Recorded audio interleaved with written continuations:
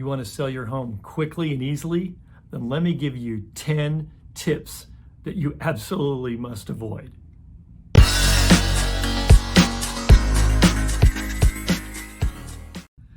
Hi, and welcome to another episode of Real Estate Advice with Stephen Smith.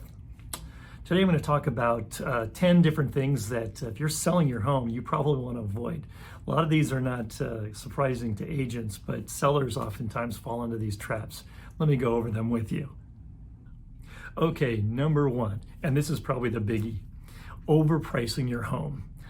Sometimes people will talk to their neighbors or somebody and they'll say, well, I would never sell for less than a certain amount of money or something like that, which is baseless information.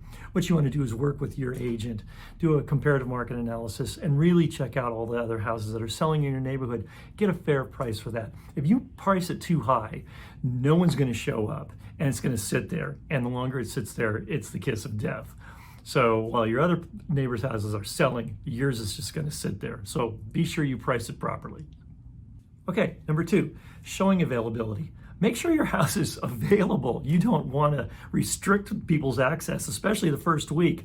Agents and their clients are going to want to see new listings. They're going to want to get there soon. So don't make it just on the weekends or something like that. Make sure that your home is available and ready to go pretty much the whole time once you put it on the market.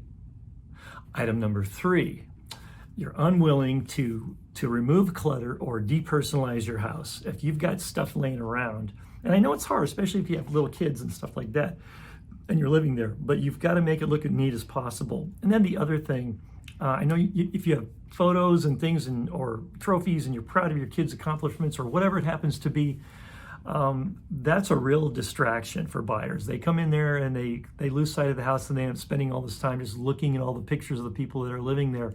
And sometimes that can actually turn them off. So you want to make sure your house is totally free of clutter and that you make it as depersonalized as you possibly can. Item four, unpleasant odors in the house. That's a really quick way to turn off buyers. If you have a pet, and there's a strong odor of a dog or a cat, for example, or if you just had fish last night for dinner, whatever it happens to be, you want to be able to have it smell as pleasant as possible or fresh as possible, because if there's a weird smell in the house, people are going to turn right around and get the heck out of there. So make sure that you do whatever you can, whether it's some kind of a deodorizer or even a fresh coat of paint. Get rid of those unpleasant smells. 5. The seller is unwilling to make repairs around the house. So it's a real fine line. If you don't make small repairs, especially if they're a whole bunch of stuff that's kind of gathered up, if you have broken little fixtures or outlets or just minor repairs, if you don't get those things done, your house is going to look more like a fixer-upper than it is going to be a turnkey, ready-to-move-in house. So do yourself a favor and make sure you repair any little problems that are outstanding. It's the devil's in the details, and you're going to reap rewards for doing that. Okay, 6. Sellers are unwilling to negotiate when it comes to selling their home. They just are either afraid of it or are intimidated by it or just don't want to be bothered with it. Well, a lot of times people come in with a lowball offer, and that's just the place to start the conversation. And this is where your realtor, if they're worth their salt, will really come into their own, and that is help you to negotiate up to the highest possible price. So don't be afraid to negotiate.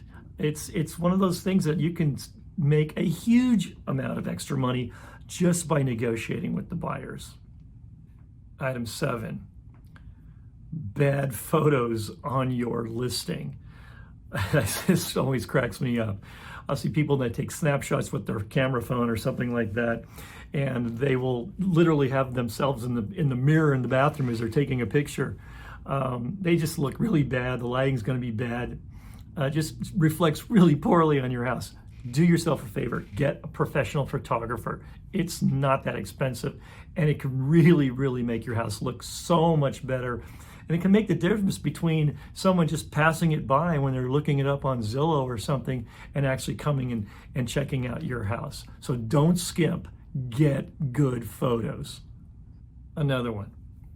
If your house is just messy, then that's also a really huge turnoff. If there's dishes in the sink, or you have a pile of dirty clothes, or your kid's room is really messy, or the bathroom is pretty not looking very fresh, that's gonna really turn people off. So make sure the home is clean and as neat as you can. Even if you are living in it, it's worth the extra effort, because a messy home is just gonna be a massive turnoff. Okay, item 9, and this one always cracks me up. Some sellers feel like nobody can possibly know their home as good as they do. Therefore, they have to play tour guide, and they have to show all the features and benefits of their home, as opposed to having the buyers and their agent come through and looking at the house. They feel like they have to give them a guided tour. Well, that's like one of the most annoying thing that a buyer will go through. That if you really don't want to sell your house, then go ahead and be the tour guide. If you want to sell your house, let the agents handle it. That's their job. That's what they're good at. Okay, here's one that really cracks me up. And that is not picking the right agent because you are trying to save a buck by going with your relative or someone's friend or something like that, thinking you're going to get a deal. Well, I know plenty of agents, and they have very short careers because they only sold to a family member or to a friend, and they don't have any experience. They don't know how to negotiate very well. They don't know how to market the home so that everybody's going to see it. So make sure you find a real professional agent, somebody who's got good experience and really knows their craft. That way you're going to make the most money possible. Well, that wraps it up for another episode of Real Estate with Stephen Smith. So if you like what you hear, please like this video, subscribe, share it with your friends. And if you're interested in buying or selling in the Silicon Valley area or the San Francisco Bay Area, definitely reach out to me. My contact information is down below as well at the end of this video. So until the next time, I will talk to you then. Thanks for watching.